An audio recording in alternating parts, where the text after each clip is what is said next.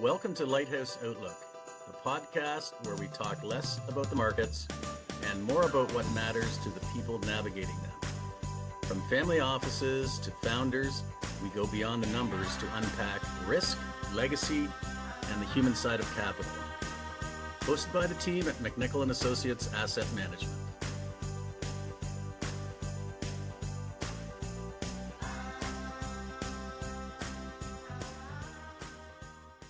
Well, good afternoon, everyone. It's Joe Pochodyniak here with McNichol & Associates Asset Management. I am your manager for the McNichol Alternative Asset Trust. Welcome to our latest podcast today, where I'm really excited to welcome back a guest that we've had on the podcast series before. He is the Chief Executive Officer of one of our McNichol portfolio companies. It's called Grata, and he is Troy Crema. Troy, welcome back. It's great to see you. Lots going on with the company, and I'm sure you'll get into all of that when we hand it over to yourself. But since we would have seen you the first time, we have signed on some new investors here at the company, which is always great. Why don't you start from the beginning, tell them a little bit about yourself and how you got the idea for Grata, what you're up to today, and very importantly, what you see looking out into the future. Yeah, thanks so much for having me, JP, and pleasure to be on, and great to reconnect, I guess, with older investors, and nice to meet new ones. Grata, super high level from 50,000-foot lens is, an all-in-one software platform for multifamily apartment communities. And within that software platform, we try to create the best digital experience for really two main stakeholders in a building, which are residents via mobile app and property management via mobile and web app solution. We classify ourselves as a smart living platform. And so we define smart living as not just providing necessity software feature sets in the platform, like rental payments, work orders, etc., but really also integrating the entire building tech stack into one platform.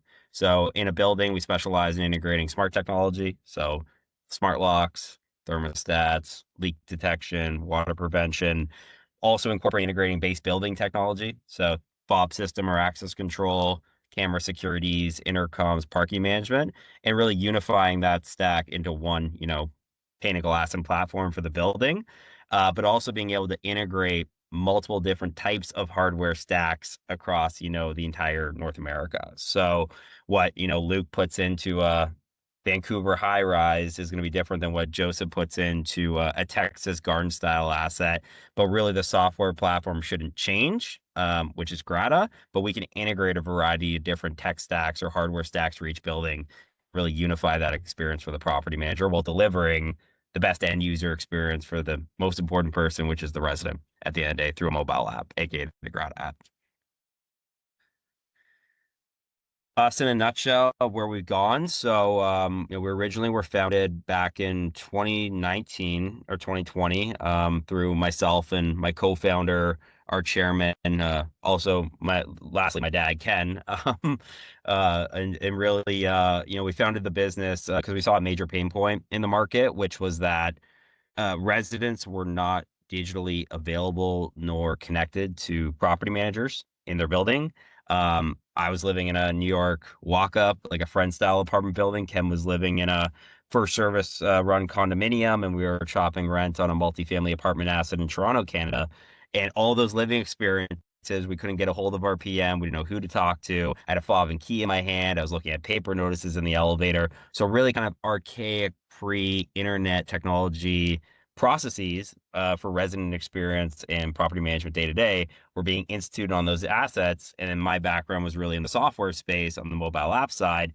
And Ken's background was, in the tech services space. And so we basically said, well, if we can create an app that connects residents that they'd use every day to property managers, maybe we can drive, more operational efficiencies and resident experience through a digital platform, which traditionally buildings have operated on non-digital ways of building. So for us, being able to do that, we've always looked at in the market, what's going to be that core driver of, high adoption rates on mobile so that Luke is going to download it. And then what's going to keep, Luke coming back to it every single day, 10 to 15 times a day. and constantly keep growing the adoption rates in buildings and driving that daily active engagement.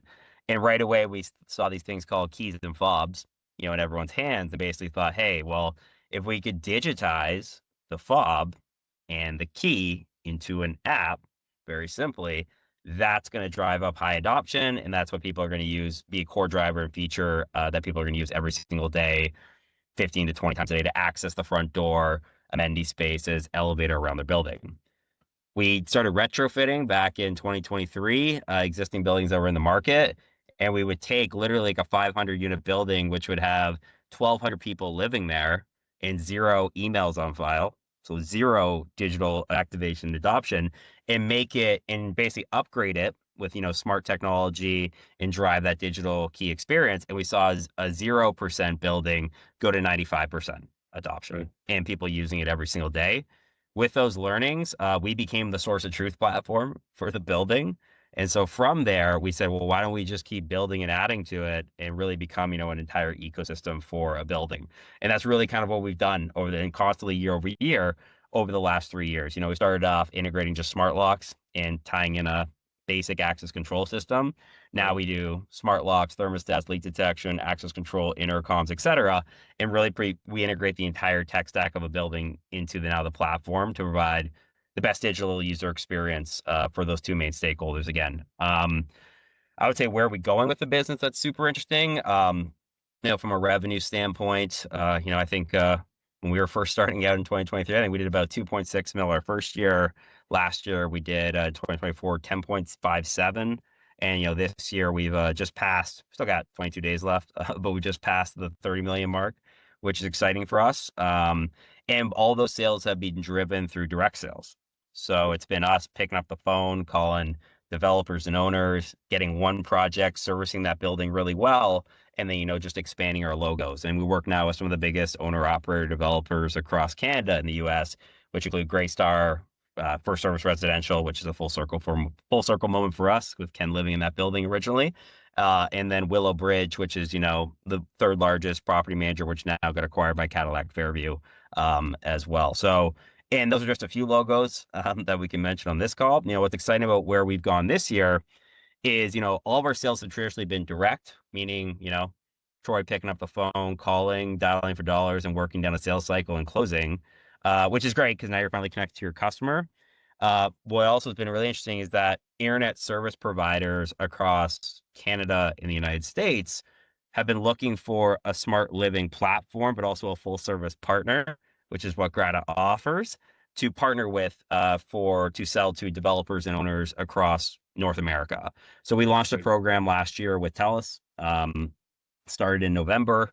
And this year just alone, we've driven millions and millions of dollars in net new internet business for them, as well as revenue generating units through our marketplace. But we essentially now are the preferred smart buildings partner for all of TELUS in Western Canada, which does internet to 78% of all developers and owners in BC and Alberta. Specifically, in the East, we've just recently signed up, again, a non-exclusive mutual channel partnership with Beanfield this year, and we have just onboarded Bell. So we're kind of covered from an ISP relationship perspective across Canada, which is exciting.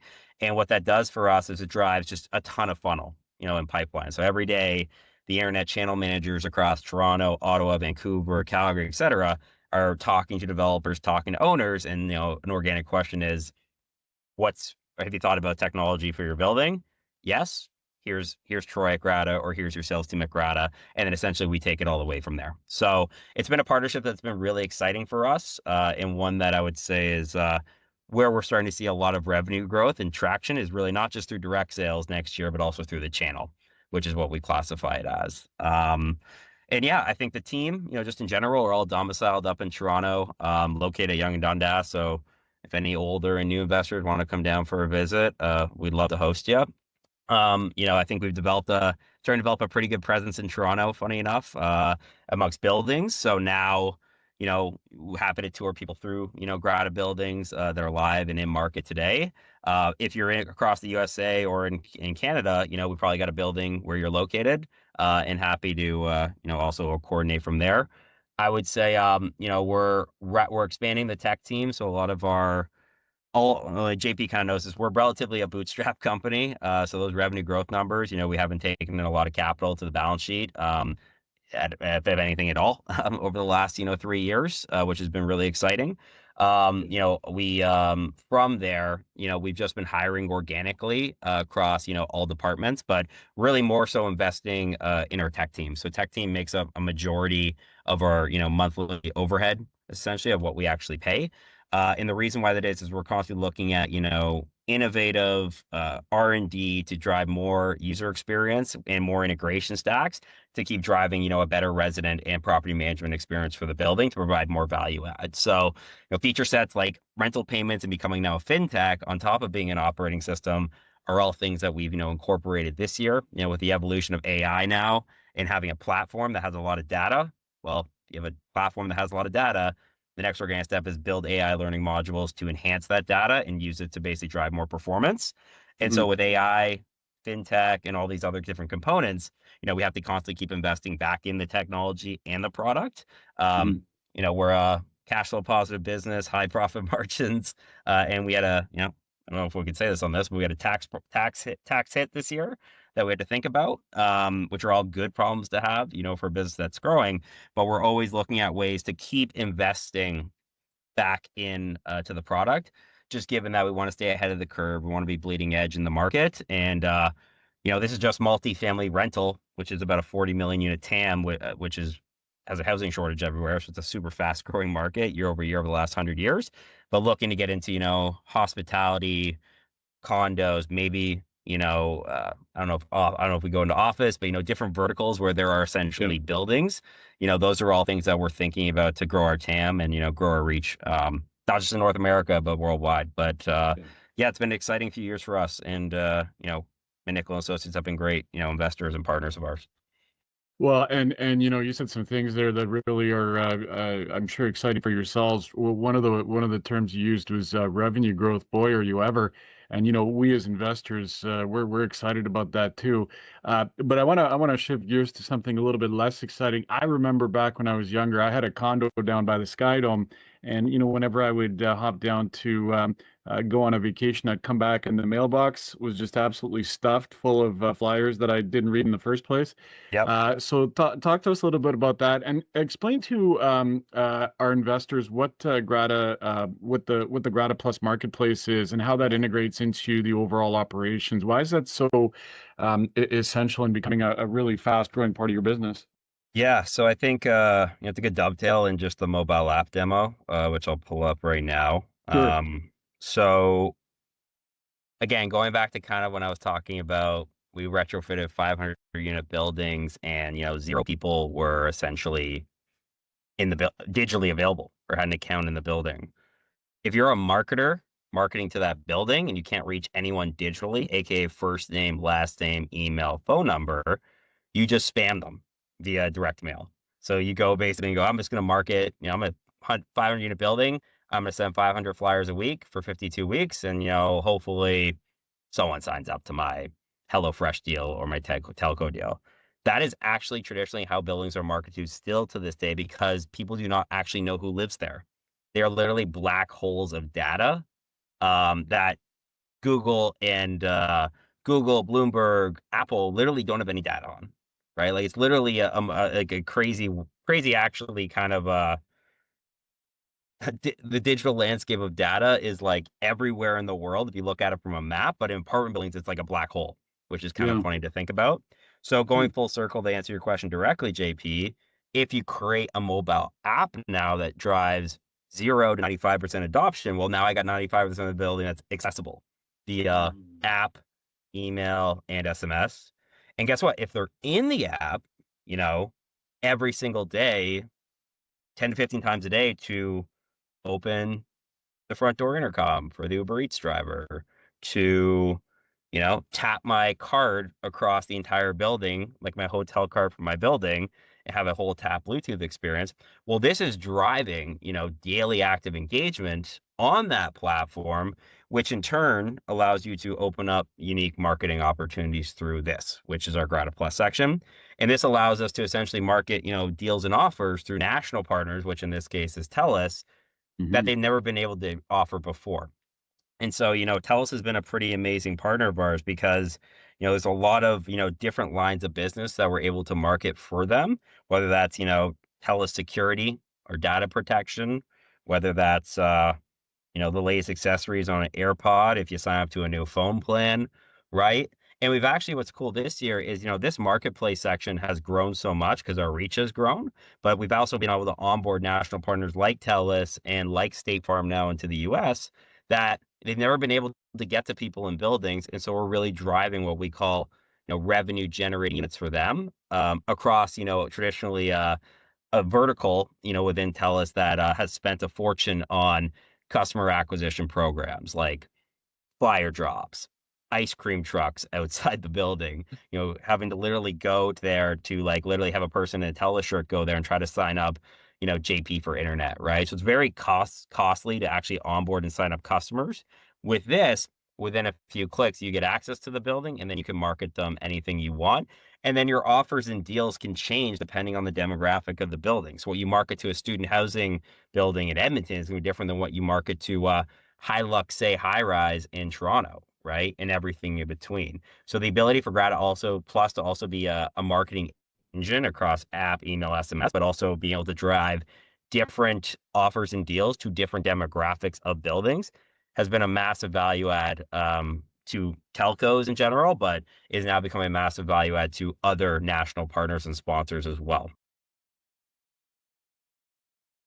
Okay, that's really exciting. I always I always hear your updates. I get the investor ones, but I love hearing about it kind of in the flesh, so to speak. Um, okay, so looking ahead, I guess you're obviously well past sort of that, like well past the proof of concept phase. I can sort of see it in black and white in your financials. You talked about the revenue Yep. growth, the profits, the balance sheet looks really stout. And I know the future is ultimately uncertain, but kind of what is, because you're still a fairly young man, aren't you, right? So, where do you see this going? Well, I'm 30 now, right? So I'm a little older. Um, um, I think it's 40 again. If look at it from a TAM perspective, it's a 40 million unit total addressable market for multifamily rental units in North America. 1 million of those have any technology in buildings today. So it's a wide open season. So long story short, JP and Luke, if we just keep doing what we're doing, there are opportunities to grow this to, 1 million units, which is still only 2.5% of the TAM today, which is constantly growing in North America. And you probably have a multi-billion-dollar company. Yeah. Yeah, that's Yeah. incredible because yeah, sorry, Luke. I was just saying that's just like the scale and scope of the opportunity here is Yeah. it must like make the hairs on the back of your neck stand up when you get up in the morning.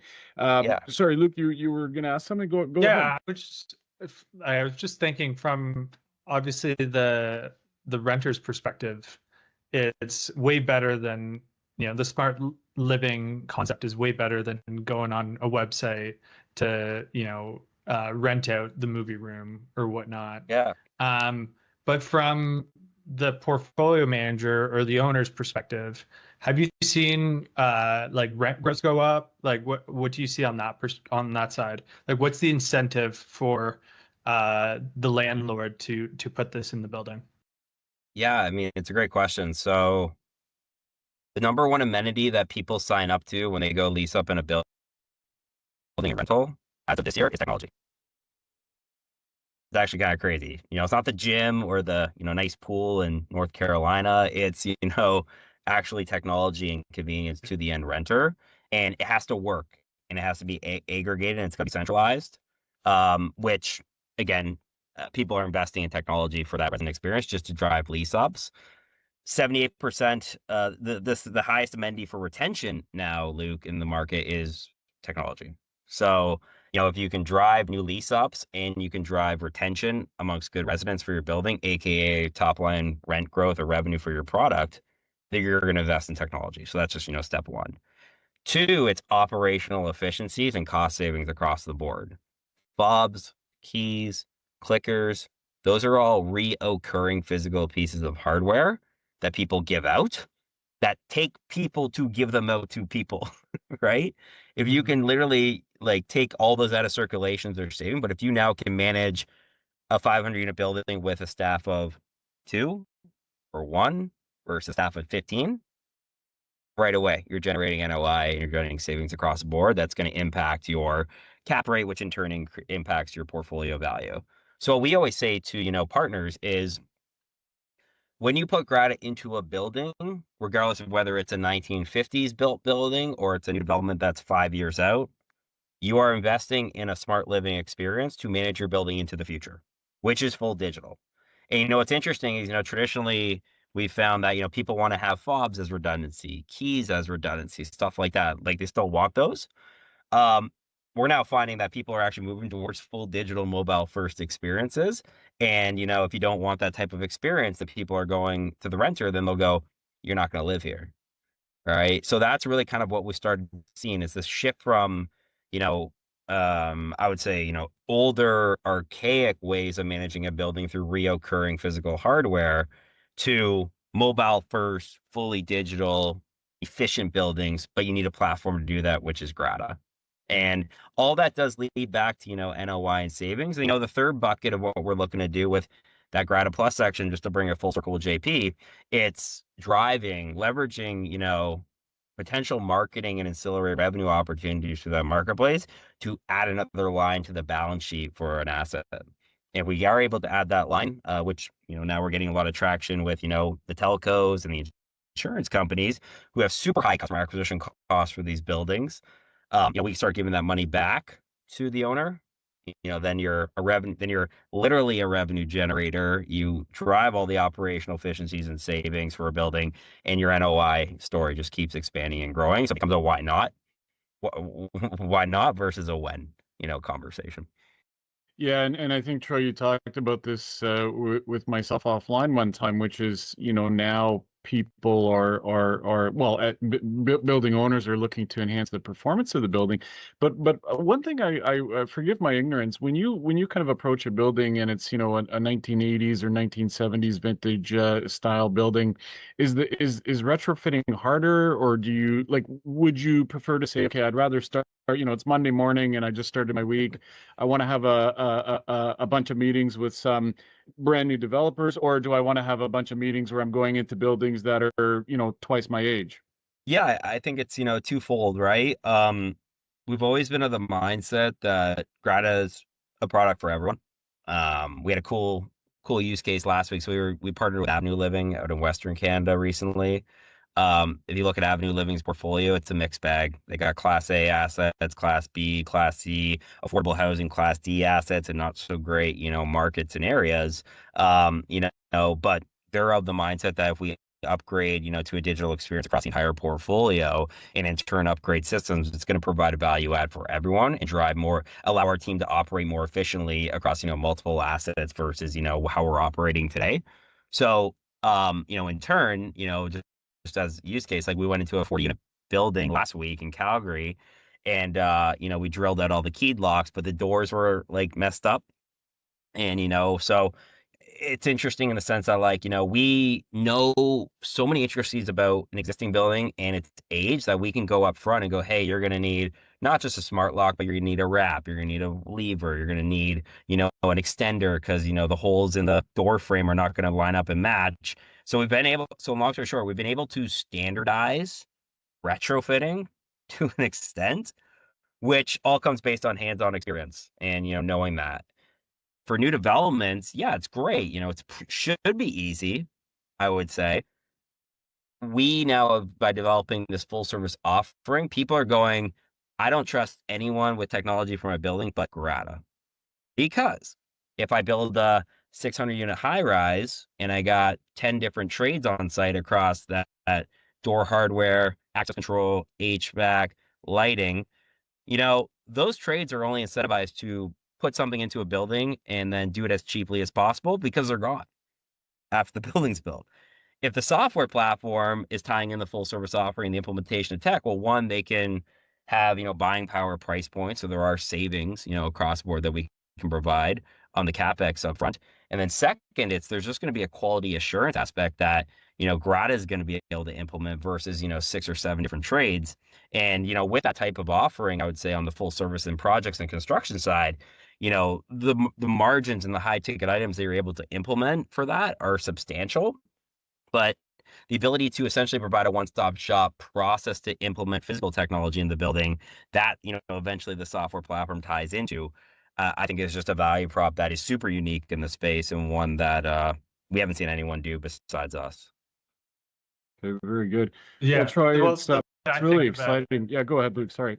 the way, like, you think of it as luxury products, and then you think a little bit deeper and you say, well, it could be value add for everything, Everything. every multifamily, right? And you haven't really talked much about office, but like, it's there too, right? There's a lot Yeah. of class B, class C buildings that don't have that tech stack. Yeah, and we always say that too, right? It's we never get told no, but the owner will come back to us, maybe in 4 years, 5 years, go, hey, actually, you know what? I'm with the times. I'm gonna catch up. Specifically Toronto GTA rental owners and developers are good now that are coming into the market. But it's if you look at the Toronto market, it's a great example of, hey, I'm waking up to the value add. We used to get told by owners in Toronto that no one will use an app for my building because they have flip phones.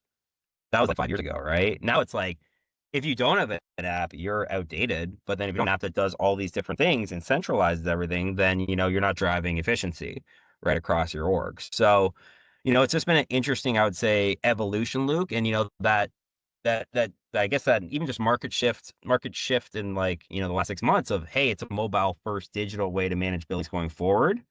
Like that's as of this year. So like now we're really excited about just the trajectory and growth curve because, to your point, it's not just, market rate A class assets that can use Grata. It's city community housing, student housing, workforce housing, class B, C, D, E, you name it, that can use it and provide a value add. Yeah. Yeah, that's fascinating. Wow. Okay, well, Troy, that was a quick half hour there. It's you move fast, but then your business is moving even faster, and so our investors are very pleased with that. We expect to hear much more from you and your company in the coming years. Thanks for doing this, and I think that's it. Luke, any final words from yourself? No, well, thank you very much, for your time. Yeah. And we look forward to seeing the company grow even further. Yeah, of course. And I'm not trying to give myself a shout out, but if people do want to follow like literally the traction of the business in real time, you can add me on LinkedIn. I'm constantly doing live demos of like the technology in our buildings and really physically what that experience entails from a value add perspective. And our team, has a pretty rapidly growing presence on LinkedIn. So, Grata on LinkedIn, give us a follow. And again, you can follow my profile or any of our different other leaderships, and you'll be able to see the company grow in real time. And then, like I always say to JP and you, Luke, it's just if they have the raptors want to talk or have questions and want to learn more about the business, we're available 24/7, 365, as JP knows. Great. Okay, well, thank you for that, Troy. Awesome. Appreciate it, Well, gents. that's it for today then. Thanks very much for tuning in, everyone. Happy holidays, and we'll see you in the new year. Thanks for listening to Lighthouse Outlook. If this conversation sparked a new perspective, share it with someone who thinks differently. Subscribe for fresh episodes every 2 weeks and visit mcnichollasset.com to learn more.